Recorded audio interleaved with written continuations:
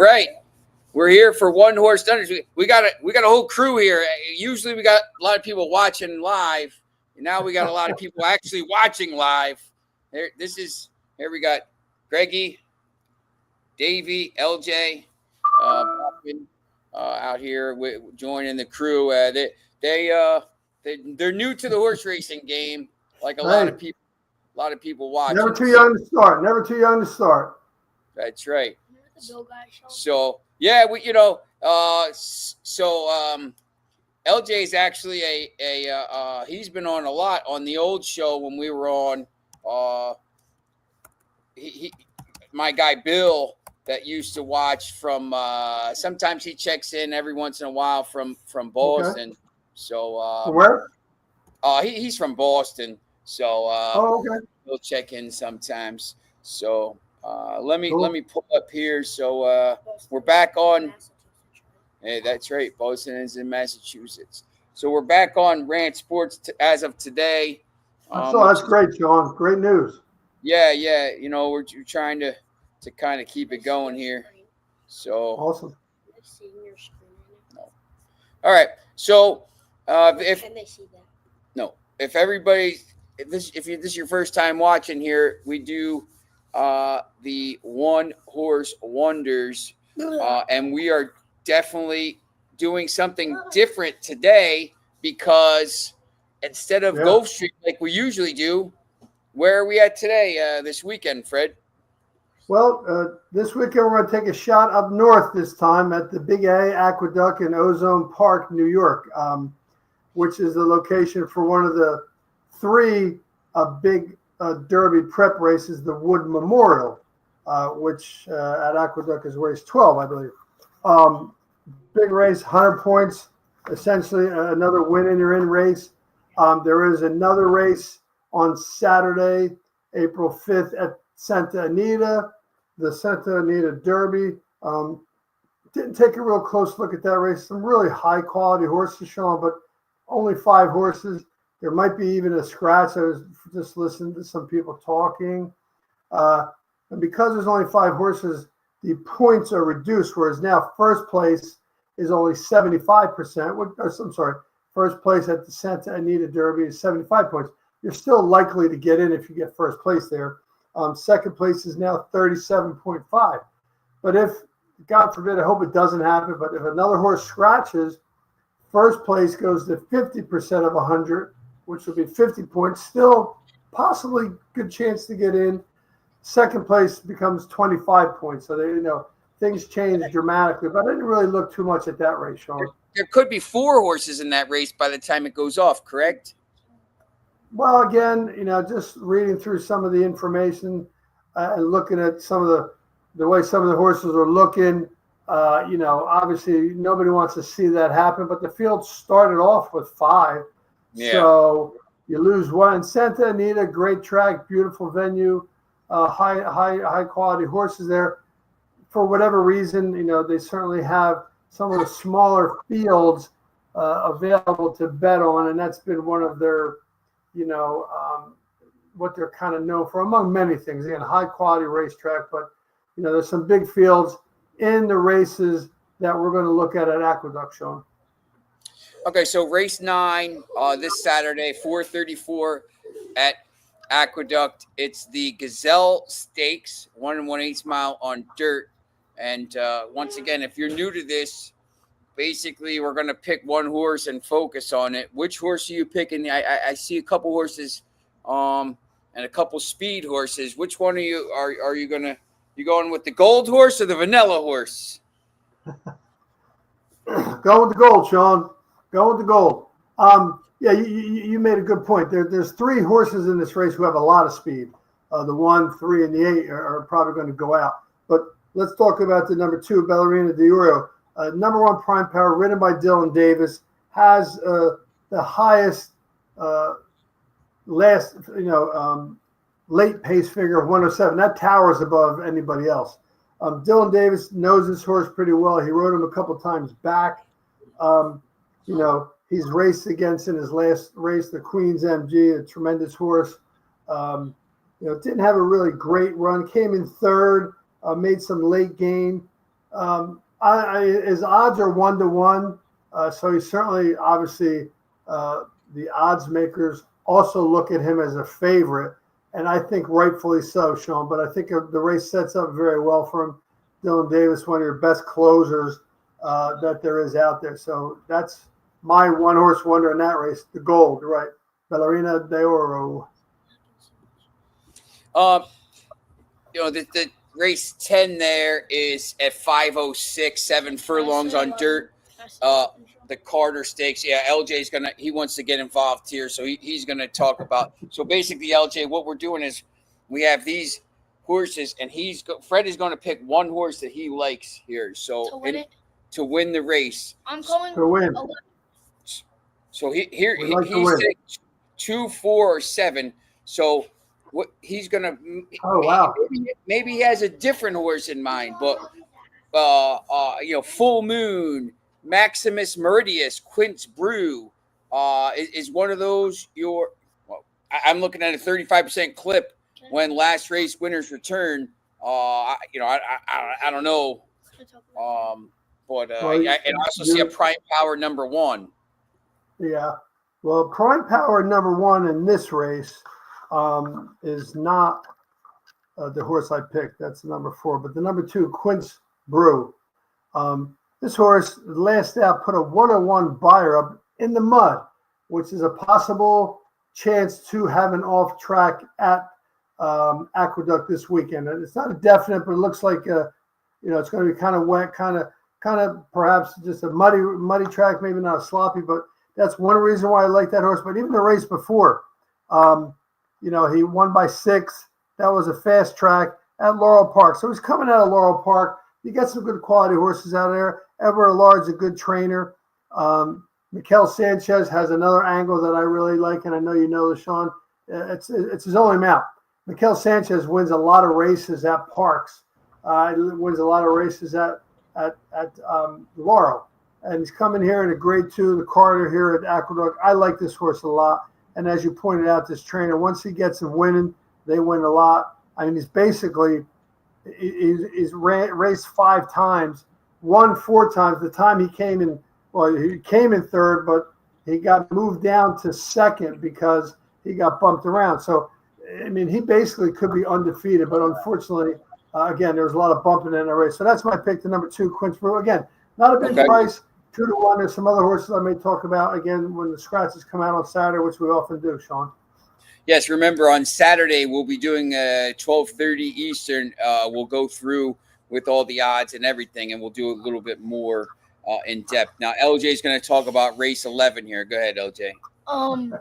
It's 1.4 miles. Yep. It's in the dirt, and the winner gets $150K. 150,000 for the winner. What time does it go off? 5:38 p.m. Eastern. That's right. So it's the Excelsior race 11 here at Aqueduct. I see some horses here. I like that. Krupi, Masmac, and Phileas Fogg. Oh, I like Phileas Fogg. LJ's going to go with Phileas Fogg. Where are you going to go with LJ, I think you have a future on TVG with the way you put that race together, but I'm going to have to disagree with you on this. The horse I'm going is the number 4 horse, Krupi. Again, our guy Dylan Davis is on him. He's number 1 Prime Power. He's had some rough races the last few times he's been out. But Sean, listen to who he's raced against, going back to his 6 races back. National Treasure, Senior Buscador. After that, after that, Arthur's Ride. After that, Tappet Trice, Skippy Longstock. After that, Rattle and Roll, Hit Show. After that, White Barrio, Lock, Skippy Longstocking. None of those horses are in this race. I mean, his last race out, Dylan Davis basically kind of gave him a ride around, never pushed him. Kind of, he had no kick. He saved ground. I think he was just kind of like getting a feel for where this horse is. And, that's the first time Dylan Davis has been on him. So I think now that he knows what's under the hood, I think this horse has a big, big shot. And I love the price at 4-1, Sean.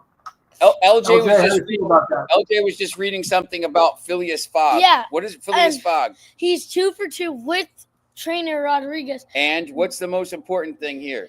If the track is off, stock rises further. Now, with the weather here, Fred, are you going to wait? Obviously, we'll talk about this on Saturday. $20 with the rain. LJ is going to throw $20 on the 6 here. Okay, well, keep that in mind. Keep that in mind, LJ. Are you going to wait to see the weather too? Could that obviously for people that are just watching here? We got a bunch of people watching on Twitter. Is that something that you want to check out in the morning there? If the track is a little bit wet. Oh, big time. Not just the track being wet, because there are lots of horses who have run in an off track before in this race and run well. And many of the races that we're looking at today for Saturday, but not just, what the track condition is, which is going to be huge, but scratches. They can affect the pace. They can affect the style of the race. Lots of factors can come in, as we know. And that's why we spend our time, Sean, doing that Saturday morning show at 12:30. It's been invaluable. It's been invaluable from what I've seen as the results we've looked at, Sean. So the scratches can be big. No. So we got race 12. Greggy, what is race 12? Sand Devil. No, what is race 12? What race is it? The Wood Memorial G2. It's a grade 2 race. It's 1 1/8 miles on dirt. It goes off at 6:10. Obviously, Wood Memorial, if you follow the races, it's a big race. This is why we're at Aqueduct on Saturday.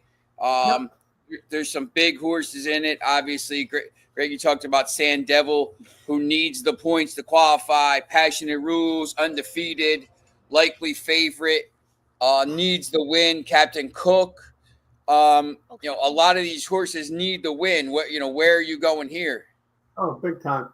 Again, it is essentially a win and you're in. I looked at this race pretty closely, and I looked at some of the replays.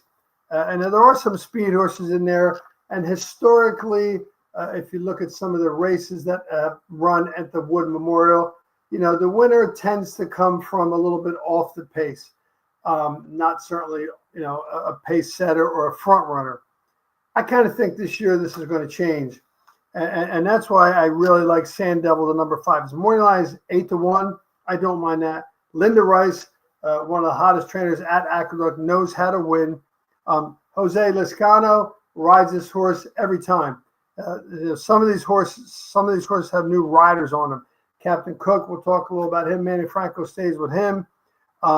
Mike Smith is coming in from the West Coast to ride Rodriguez. He's never ridden him before. Again, Mike Smith, the Hall of Fame trainer. Hill Road's a favorite horse that people are going to like. Joel Rosario is coming in to ride him for the first time. Dylan Davis on Grande, riding him for the first time. Caramouche riding that horse for the first time. Maraz, a lot of horses riding their horses for the first time. I mean, the number 11 and number 12, Omaha and Statesman, their jockeys are staying on. But I certainly look at this horse, Sand Devil. He's number 2 prime power, not far off the top from Captain Cook. I think this horse is sitting on a big race. He's won 3 out of 4. He ran a quality second race in the Gotham at Aqueduct. He's only run at Aqueduct, so he's very familiar with the track. And again, I love the odds of 8-1. So that is my pick, Sean and LJ, in that race. And we're going to look at race 13 here at 6:44. And Greggy here, who also goes by Hammer, he just noticed something, and this kid is very smart. Both these two are very smart. He just noticed something on the thing. Go ahead, read what did you just read? Big class drop of Brad Cock. 38% of this kind of layoff. Rosario takes over. That popped out at him. He said that it's a big class drop for Brad Cox down in the race, which is an optional claiming $45,000 race. 38% off this kind of layoff, and Joel Rosario takes over. That popped out right to him. Does he know what he's talking about?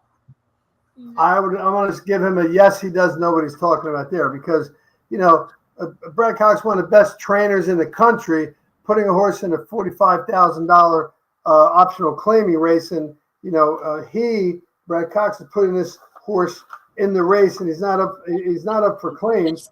I don't believe he is. So I'm looking at this horse and saying, okay, why is he here? He's here to win. He's not up for claim. He's run 5 times at Aqueduct and has been in the money all 5 times. Came in first twice, came in second twice, came in third twice.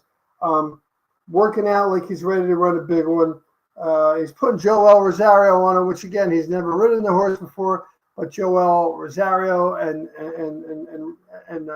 Brad Cox hit at 43%. Small sample at Aqueduct, but 7 times he's put him on and he's won, 43%. So to me, that's a big plus, and that's why I'm going with the 10 horse as my horse in that race, and I love 5-1. So I think the value in these races at Aqueduct are going to come after the first 2 races. The last 3 races, including the Wood Memorial, I think is where you're going to get the value. I think the first 2 races probably likely to be favorites. So if you're going to do a horizontal bet, I would look at spreading in those races, Sean. So yeah, I mean, obviously Greggy's a mathematical kind of mind here, and trained by me. Both of them trained by me mathematically here. So LJ has the Bluegrass Stakes at Keeneland. It's going to be moved from this weekend to Tuesday because of the weather. But go ahead, you read that. The race 5:52 p.m. Eastern.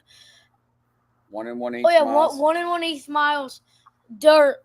The Toyota Bluegrass Stakes G1. It's a grade one race. It's going to be Tuesday. I'm taking River Thames. Yeah, Thames. Thames. Favorite. You like River Thames the favorite, huh? Yeah. What about you? What's his name? Fred. Okay, here we go. I looked this race over pretty good. Again, a lot of quality horses in it. Burnham Square, Owen Almighty, River Thames. You got some quality racehorses in this race. By Tuesday, I mean, Sean, they're getting between Saturday or Friday and Saturday at Keeneland, 20 inches of rain, man. Yeah, they're getting a I'll ton be of shocked rain. if they're going to run the grass races, turf races on Monday or Tuesday when they finally get dried out. We'll see. But the horse I'm picking here has a jockey on it who's totally underrated, wins a lot, had a big race in the prep, one of the previous prep derby races. Luan Machado is on the 5-horse East Avenue. Putting blinkers on. Machado has ridden him before.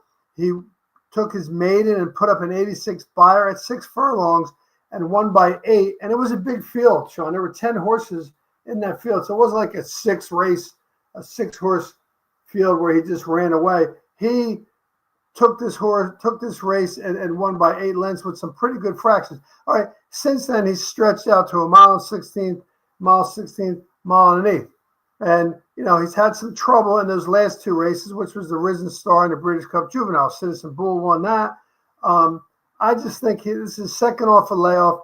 He's working out lights out. Brendan Walsh knows how to get horses ready for races. You look at those 4 last, he's worked out February 27th. He's worked out 6 times, put in some serious works. I mean, again, 3-1.